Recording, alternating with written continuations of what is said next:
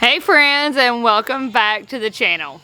So we recently returned from the Farm Where You Live harvest celebration in Clemson, South Carolina for 2023. It was so much fun, like it always is. Farm Where You Live is our family. We love going to get to hang out with everybody there. Is repeat vendors plus always some new faces, so the repeat vendors is always like a reunion, and then the new faces, we get to bring new people in our family and expand our homesteading community. It's one of my favorite things. But as I usually do at the Farm Where You Live events, I did a talk on rabbits, meat rabbits in particular, and this one I did on breeding meat rabbits. So I'm going to go ahead and give you some highlights from my presentation that I did at the Farm Where You Live event in Clemson, South Carolina 2023. I hope you enjoy. So first thing, when you go out and buy your rabbits, the first thing you want to do is always look at them to see if they're going to make a good breeder or not. So if I did not know Kimmy, she's probably not going to set this well for me if I'm going out and buying her, because we've worked on this, we've trained for this. But you want to set them up so their back feet are planted and their front feet are lined up with their eyes.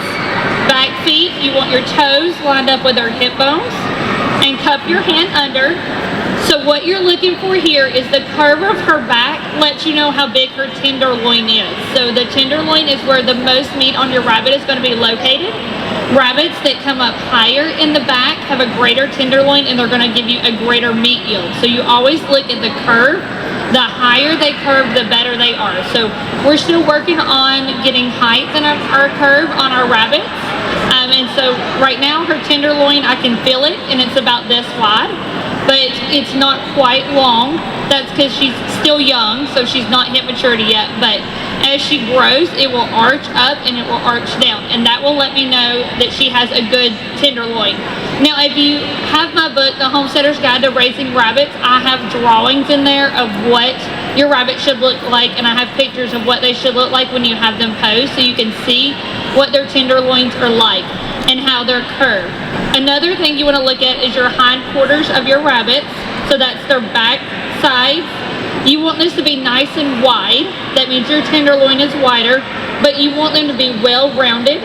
So when she stands up, you don't want it to dent in up here or down here, because that means you're missing out on some meat back there in that back section of your rabbit, and you don't want that. So the wider they are in the back end, it makes for easier birthing, which everybody wants to breed for, and it breeds for better meat qualities. The part that most people miss out on in rabbits is their front quarters. So we turn her back around.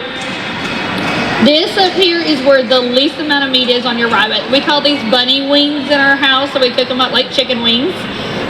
But you want your shoulders to be almost as wide as your hips, because that means you've got a broader shoulders, you've got more meat on those forequarters.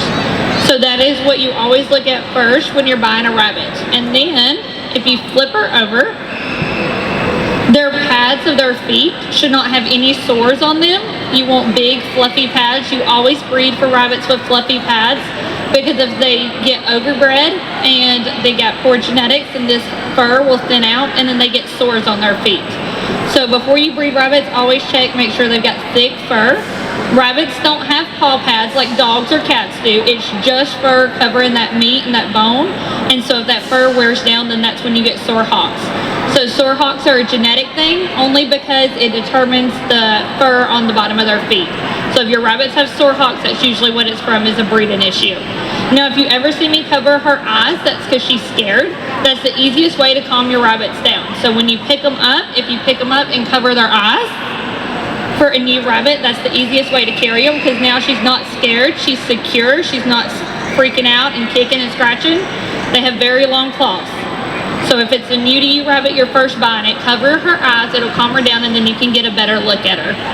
We always check their teeth as well to make sure the teeth are lined up. If the teeth are overlapping, you don't want to breed that rabbit, because that means they have malocclusion, which again is a genetic issue.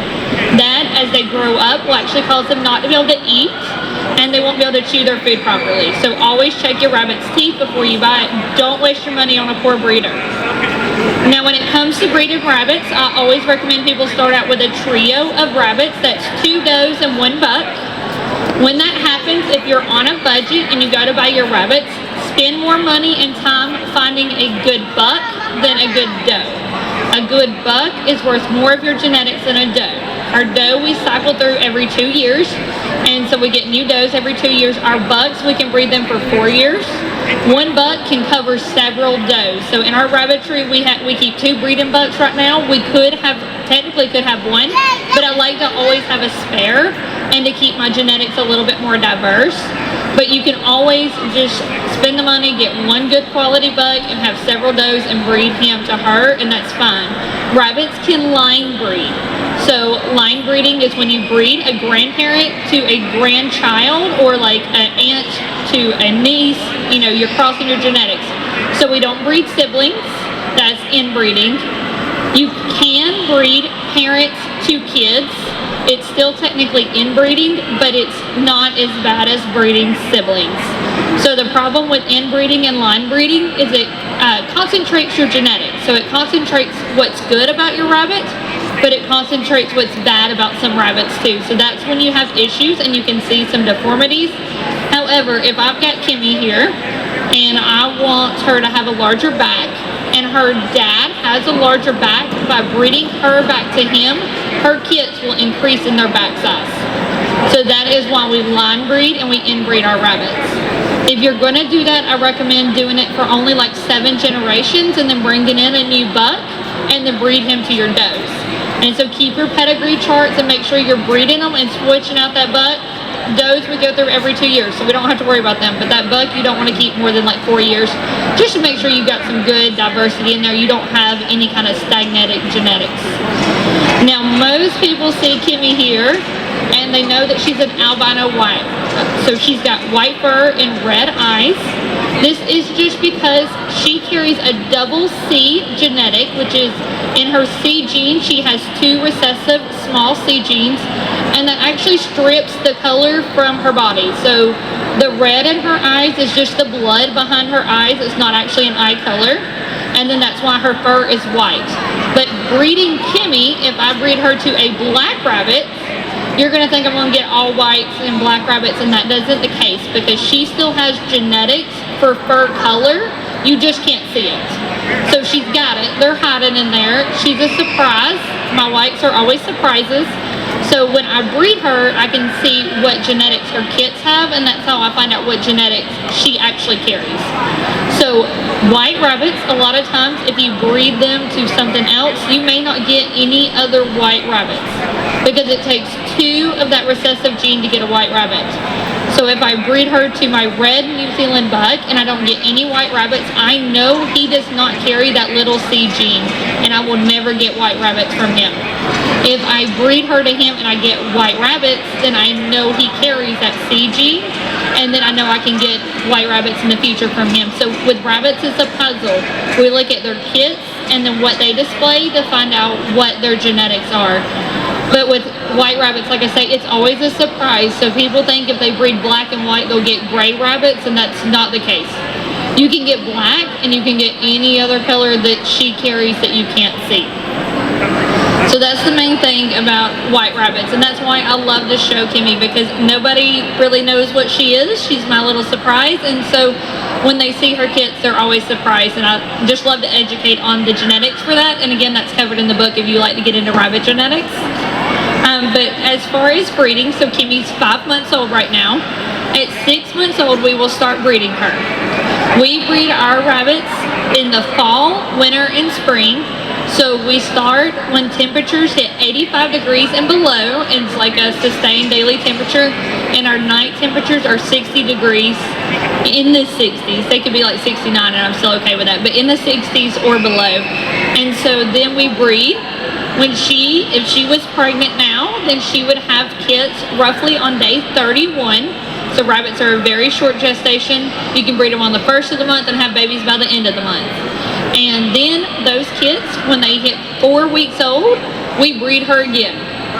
They will stay with her until they're about 7-8 weeks old, and then we pull them out and she has her next litter of kits. Now, with rabbits, you actually want to breed them back to back like that. You give them a few weeks to kind of rest in between, but that's it. If you give them more than like 2 or 3 weeks, then they start packing on weight. So the trick with rabbits is you're not going to see if your rabbit's fat. We just butchered some rabbits a few weeks ago. They look just like Kimmy, but when we open them up, internal organs were coated in fat. So that's where they gain it first. So on their abdomens is where they're going to gain it, and you won't see it. So if you have a rabbit that won't breed, most often they're fat and they need to be on a diet. So in our family, we do a hay diet. So for 2 weeks, she'll get nothing but hay, and then we try to breed again. If you're questioning if your rabbit's having issues breeding, if you pick them up to check their genitals, then you will want it to be like pink to purplish in color, and that lets you know that they're ready to breed. The deeper the color, the more ready they are, and you can often get fall-offs within like 30 seconds. It is very fast.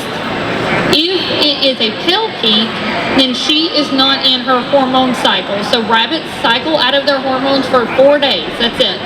So they have 12 days in high hormones, 4 days of low hormones, and then they go back to 12 days of high hormones.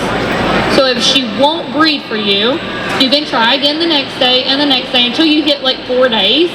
If she is not ready to breed by that 4th day, guarantee your rabbit is overweight and she needs a diet. We've never had that issue by that 4th day. If they haven't bred, I mean, there's a bigger problem, but they always usually breed by that time because they get very high in their hormones. Now, if you've got a rabbit like Kimmy who's 5 months old or older and you haven't bred her and she becomes all of a sudden aggressive, it's because she wants babies. She wants to be bred. A rabbit is a prey animal, so that means that they have the instincts to populate the earth. They are here to feed the other animals. They want to breed. They want to breed often. They want to breed quick. They want to have lots of babies. They don't necessarily worry about their babies, so they're like not overly motherly, because their only job and the only instinct she knows is she needs to have babies and she needs to have them often. So if we're going against her instincts, we're not breeding her, and she's not fixed, then she'll get aggressive. And it's just because she wants to breed. So if you get her a male, get her bred, then she'll calm down. We do have some does who get aggressive during pregnancy. It passes after they have their babies. They just get a little hormonal, but you should expect that to calm down afterwards.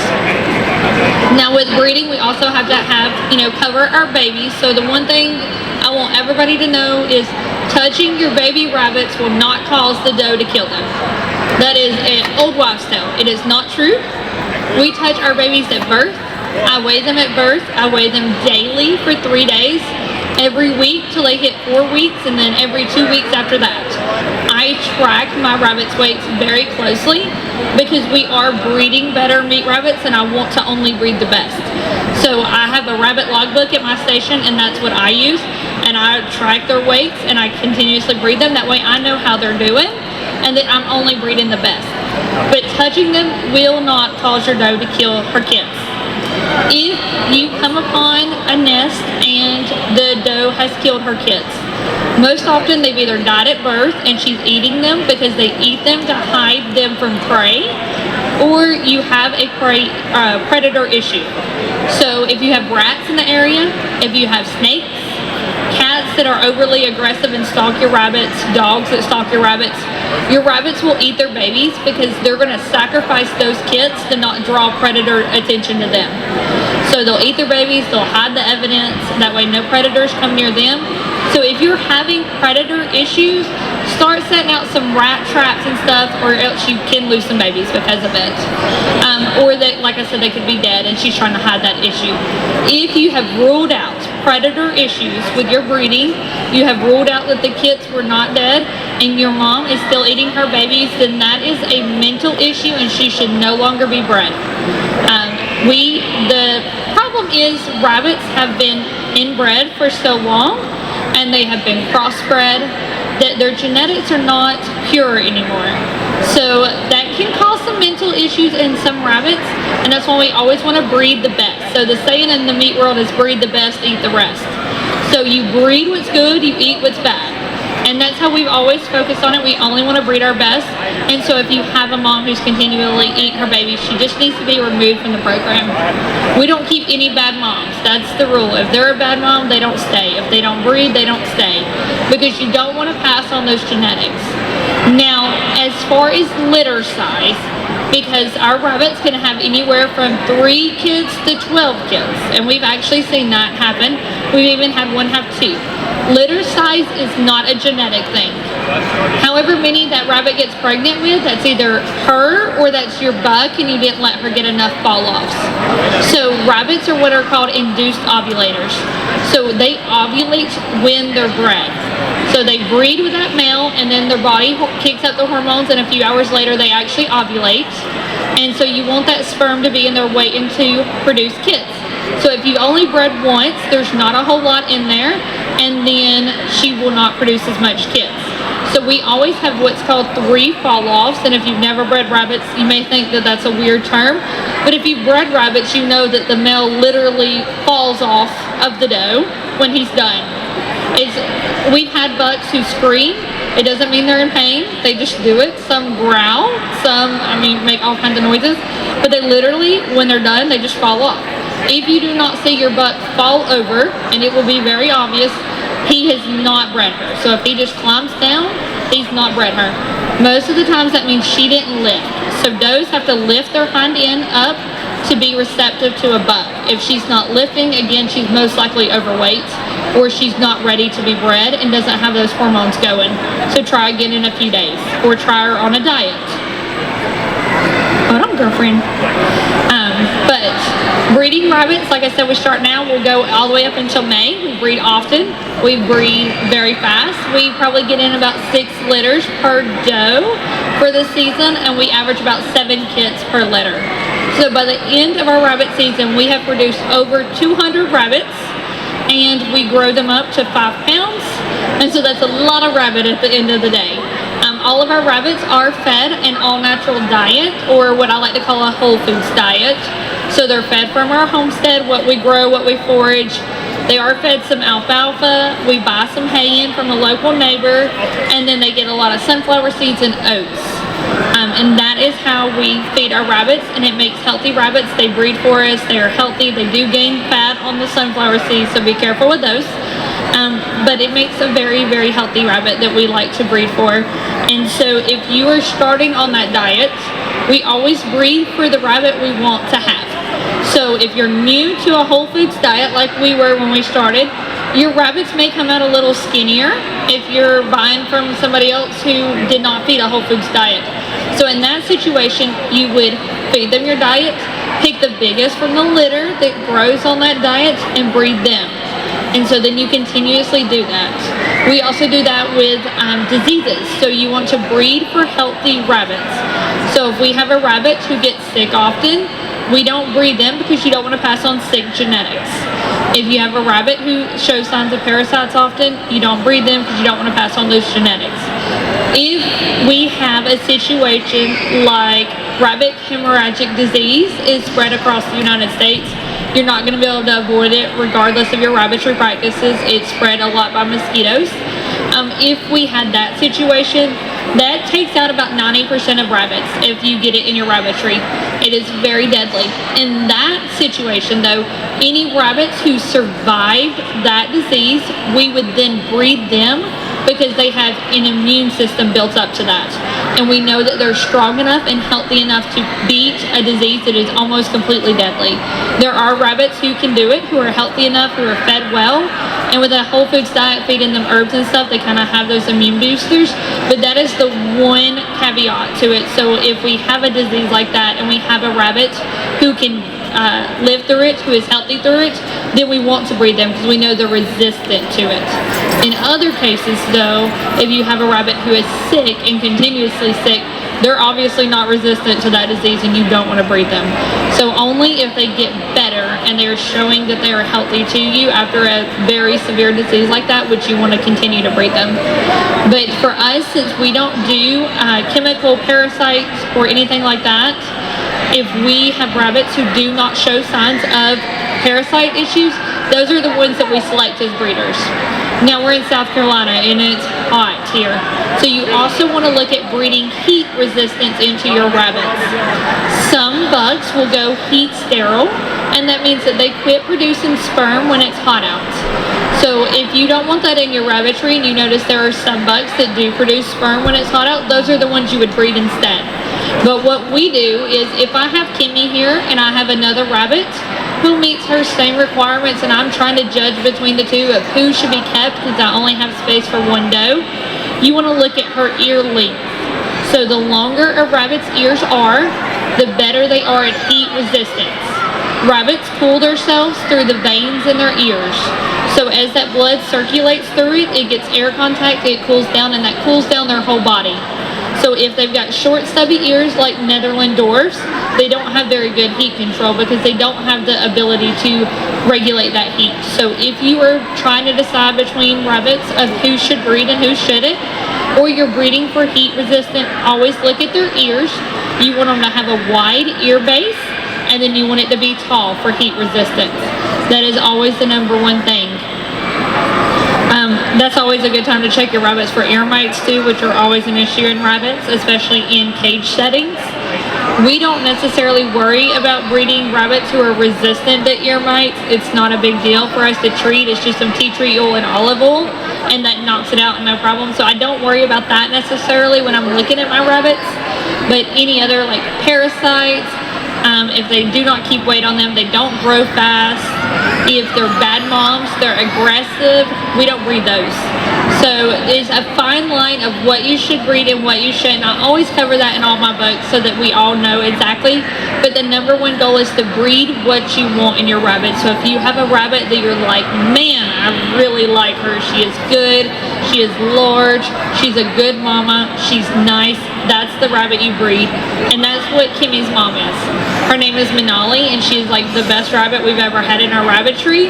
And so I have kept several of her kits, and this year I have bred them back to their dad to try to, what we call, lock in those genetics. So when you breed back to the dad, you have a chance of having a rabbit that has both of the genetics. So whether it's double recessives or double dominants, you have a rabbit who can have both of those genetics. So that means that character is locked in. If you don't breed back to the dad and you breed to a new buck you brought in, you don't know what his genetics are, you don't know what he's going to pass on to his kids. So that's when line breeding would be a situation. If you're wanting consistent rabbits, line breeding will give you that over outcrossing is what we call it. So when you cross in a new genetics, that kind of puts it a little bit of iffy situation. So those are the things you really want to watch out for when you're breeding rabbits. Alright, well, I hope you learned something from that. If you still have any questions on breeding rabbits, you can always leave them down below. I do have some videos on it, so I will link them in the description box below. If you have more questions you think you need answered, I'm always willing to help out. It is just getting into rabbit breeding season here for us, so we are super excited to see what this season holds for us, how many rabbits we're going to have, how many kits we're going to have, and don't worry, I will bring you all along for it. So if you want more content on breeding meat rabbits, raising meat rabbits, that sort of thing, make sure you like and subscribe to the channel. Until next time, friends, bye. I will see you later.